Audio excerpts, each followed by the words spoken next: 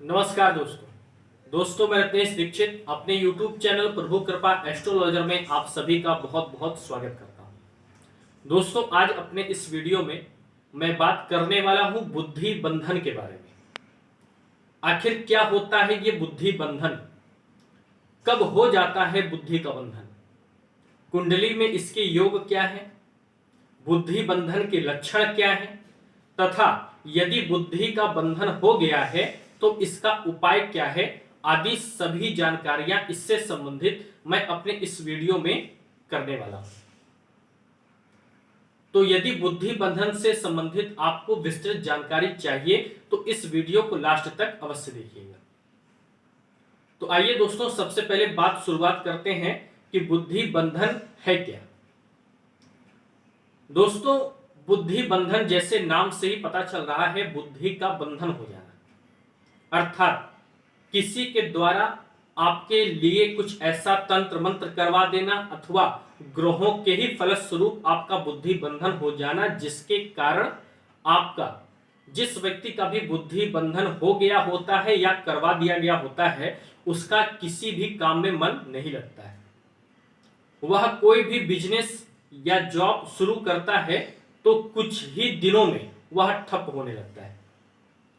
उसका अपने यदि वो कोई जॉब कर रहा है तो अपने सीनियर से उसकी नहीं पटती, और यदि कोई बिजनेस कर रहा है तो पहले तो वह बिजनेस शुरू ही नहीं कर पाएगा क्योंकि उसका मन किसी कार्य को प्रारंभ करने में लगता ही नहीं, और यदि उसने शुरू कर भी दिया है तो बहुत जल्दी उसे अपने बिजनेस में घाटा होने लगेगा। अंततोगत्वा उससे एक ऐसा परिस्थिति आएगी कि उसे अपना धंधा बंद करना पड़ेगा और घर पर वह खाली बैठा रहेगा, उसके पास किसी प्रकार का कोई काम नहीं रहेगा। यहां तक कि यदि ऐसे व्यक्ति को आप जिसको चेक करना चाहें कि बुद्धि का बंधन हो गया है, यदि उससे आप ये कह दें कि जाओ एक बाल्टी पानी भर के ही ले आओ, तो वह व्यक्ति ऐसा भी नहीं करना चाहेगा।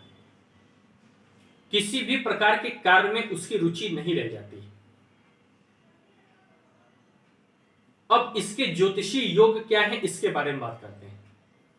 दोस्तों जातक की कुंडली में जो लग्न चक्र होता है, लग्न कुंडली होती है, 12 भाव होते हैं, उसमें से बुद्धि बंधन को चेक करने के लिए पहले एवं 5वें भाव को देखना अत्यंत आवश्यक है, अर्थात लग्नेश को और पंचमेश को। यदि लग्न और लग्नेश दुर्बल है, पापक ग्रहों से प्रभावित हैं तथा पंचम भाव एवं पंचमेश ये भी पापक ग्रहों के प्रभाव में है, दुर्बल है, कमजोर है, क्षीण है, तो ऐसे व्यक्ति का बुद्धि बंधन हो जाना बहुत हद तक संभावित होता है। अब कौन से ग्रह इसके लिए जिम्मेदार है? दोस्तों प्रथम दृष्टया बुध ग्रह को देखा जाना इसके लिए अत्यंत आवश्यक है, क्योंकि बुध बुद्धि का कारक ग्रह होता है। यदि आपकी कुंडली में बुध नीच राशि में है या राहु शनि आदि पापक ग्रहों के प्रभाव में है, दुर्बल है, कमजोर है, क्षीण है, तो बुद्धि बंधन होना संभावित है। दूसरे नंबर पे साथ ही साथ बुध के चंद्रमा को भी देखा जाना अत्यंत आवश्यक है, क्योंकि चंद्रमा मनसो जाता, चंद्रमा मन का कारक ग्रह होता है। यदि चंद्रमा भी क्षीण है, वृश्चिक राशि का है, राहु केतु आदि पापक ग्रहों के द्वारा दृष्ट है, उनके साथ पड़ गया है या त्रिक भावों में आ गया है, 6ठे 8वें 12वें भाव में, तो चंद्रमा क्षीण हो जाएगा। कृष्ण पक्ष का हो गया है, अमावस्या का चंद्रमा है, तो ऐसे लोगों को भी बुद्धि बंधन हो सकता है। तो दोस्तों ये तो ज्योतिषी योग हो गए, और मैंने आपको बताया कि कभी ये ग्रहों के कारण हो जाता है, कभी किसी के तंत्र मंत्र करवाए जाने के कारण होता है। और यदि आपकी कुंडली में राहु चंद्रमा बुध ये कुछ विशेष ग्रह अच्छे नहीं हैं, तो आपके लिए किया गया तंत्र मंत्र अवश्य ही सफल हो जाएगा और आपका बुद्धि बंधन हो सकता है, जिसके कारण आपका किसी भी कार्य में मन नहीं लगेगा। अब यदि आपके साथ भी ऐसा है तो ऐसा कौन सा उपाय किया जाए जिससे इस बुद्धि के बंधन को काटा जा सके? दोस्तों बुध ग्रह के जो अधिपति हैं, देवता हैं, वो भगवान श्री गणेश हैं।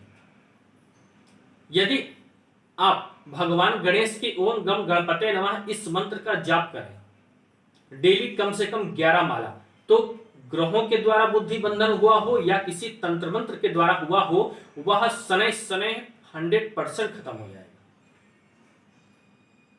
अब यदि आप कुंडली का अवलोकन करवाएं, उसके द्वारा पता चले कि किस ग्रह के कारण आपका बुद्धि बंधन हो गया है, तो उस ग्रह का उपाय करने से भी आपका बुद्धि बंधन खत्म हो सकता है।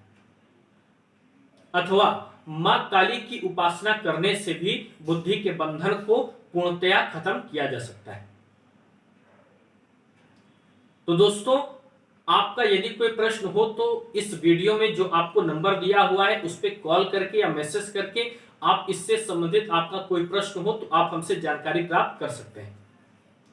तथा ये वीडियो आपको कैसा लगा कमेंट बॉक्स में जरूर बताइएगा, तथा वीडियो को लाइक और शेयर करना तथा चैनल को सब्सक्राइब करना मत भूलिएगा। जय श्री वेणी माधव।